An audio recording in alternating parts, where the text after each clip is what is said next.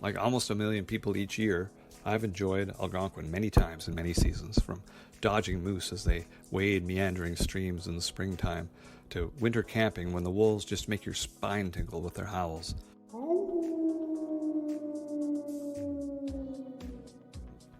There are many great things about Algonquin, including old-growth forests and world-class brook trout lakes. It's a place where northern evergreens and southern deciduous forests meet and mingle, and it's a refuge for Algonquin wolves, a much-loved but threatened species. But one thing that stuns me is that we still allow logging in this famous park. One poll ranked Algonquin only second to Banff National Park in terms of national recognition. Many people don't realize that beyond limited areas of real protection and buffers along canoe routes, logging, road building, and gravel mining are still permitted in 65% of the park. In fact, over 5,000 kilometers of logging roads fracture the park.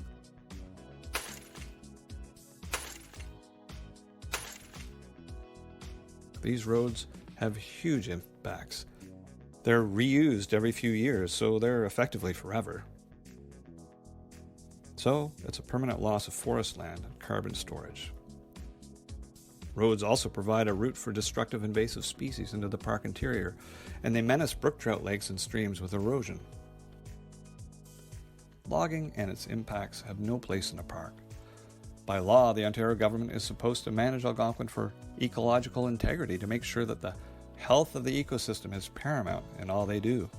They can't do that in Algonquin and still permit logging.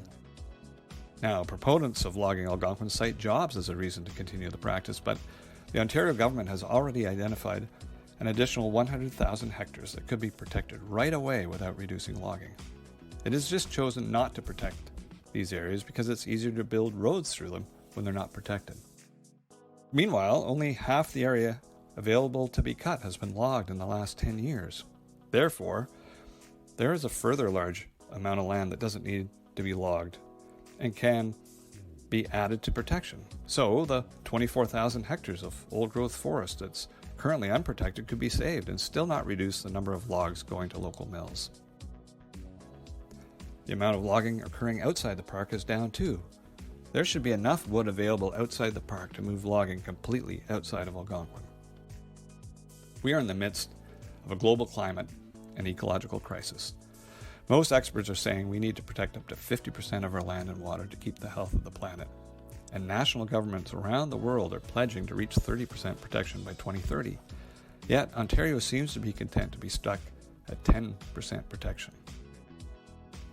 Even worse, Doug Ford is rolling back logging regulations and wetland protections outside of parks. It's time for the province to show leadership. One way they could do this is to move logging outside of Algonquin and bring a restoration plan to the park. We know this can be done. Wildlands League is calling on the Ontario government to end logging in Algonquin Park, immediately suspend logging of the old growth, immediately protect brook trout lakes and streams, and quickly shut down and restore 40% of the roads in the park. But we need your help. This is your park, and your voice is important. You can go to our Algonquin Take Action page, located here.